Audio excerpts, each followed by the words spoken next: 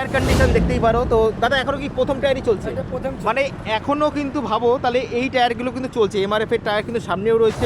বাইকটার মধ্যে কি কি প্রবলেম দেখেছো? কারণ এই তুমি 2.5 বছর ধরে চালাচ্ছ, আর বাইকটা তুমি মাইলেজ কেমন পাও এই বাইকটা?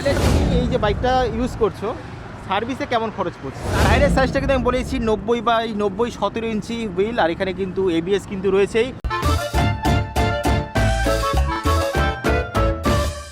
তো আমার কাছে কিন্তু আজকে পালসার N150 সিরিজের একটা কিন্তু বাইক আছে, যেই বাইকটার বয়স কিন্তু মাত্র 2.5 বছর। আর এই বাইকটা কিন্তু ওন করে আমাদের সুরাজ দা। দাদা প্লিজ একবার, বাইকটা তুমি কিনেছো আজকে কত বছর হলো? 2.5 বছর হলো। আর 2.5 বছরে এই বাইকটাতে তোমার পারফরমেন্স কেমন লাগছে, যে স্পিড কেমন লাগছে, 150 সিসি, আর বাইকটা তুমি মাইলেজ কেমন পাও এই বাইকটা?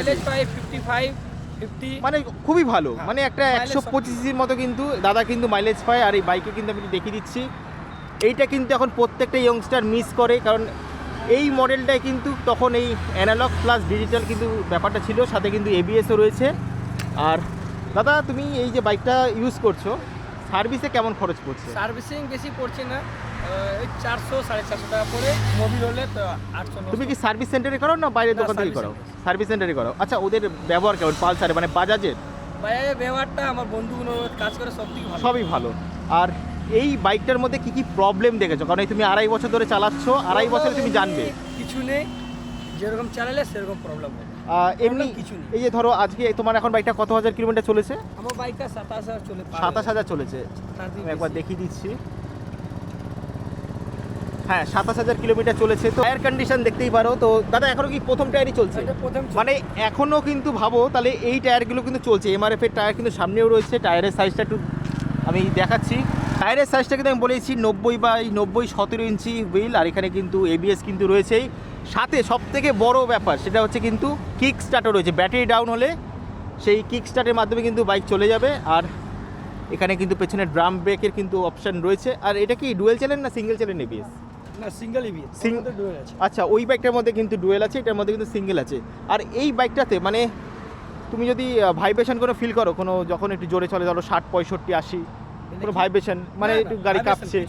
কিছু নেই না। আর সবথেকে বড় কথা হচ্ছে এই বাইকের মধ্যে এই যে তোমার বিল্ড কোয়ালিটি, এই যে ধরো ট্যাঙ্ক, ঠিক আছে, এইগুলোতে মানে কি মানে ঠিকঠাক, মানে কোনো রং ফঙের কোনো খারাপ কিচ্ছু না, একদম সব দিকে কিন্তু 2.5 বছরে একদম দেখতেই পাচ্ছি। আর সুইচ কোয়ালিটি একদম নতুনই আছে। আর স্লিটটা কিন্তু একেবারে মানে সবাই কিন্তু বসতে পারবে, মানে কাটা নেই, কোনো সমস্যা নেই, একদম 3 থেকে 4 জন চলে যাবে, যদিও বসা উচিত নয়, এটা বলে দিলাম।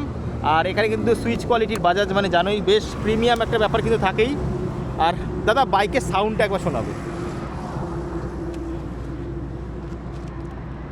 বেশি জোরে দেবে না, জাস্ট হালকা, ঠিক আছে? জাস্ট সাউন্ডটা দেখো, আন্ডারবেলি এই যে বেসটা, এটা কিন্তু একটা খুবই মানে সুন্দর, আমার কাছে ভালো লাগে। একটু ছোটেল নাও,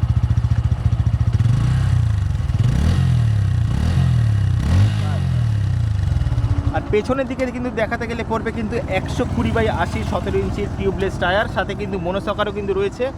আর পেছনের দিকে কিন্তু টেল লাইটটাও কিন্তু একদম এলইডি রয়েছে। মানে পালসারের কিন্তু সব সিরিজ এখন কিন্তু প্রত্যেকটা একদমই খুব সুন্দর। মানে অনেকেই কিন্তু এটাকে N160 ভেবে ফেলে, আর এটা কিন্তু অ্যাকচুয়ালি আমাদের N150, যেটা কিনা একটা সুন্দর বাইক, যার মধ্যে কিন্তু রয়েছে পারফরমেন্স একদম, মানে 150 সিসির মধ্যে কিন্তু আমার কাছে কিন্তু বেস্ট একটা বাইক কিন্তু লাগে এই পালসার N150, যেটা কিনা আমাদের সুরাজ ভাই।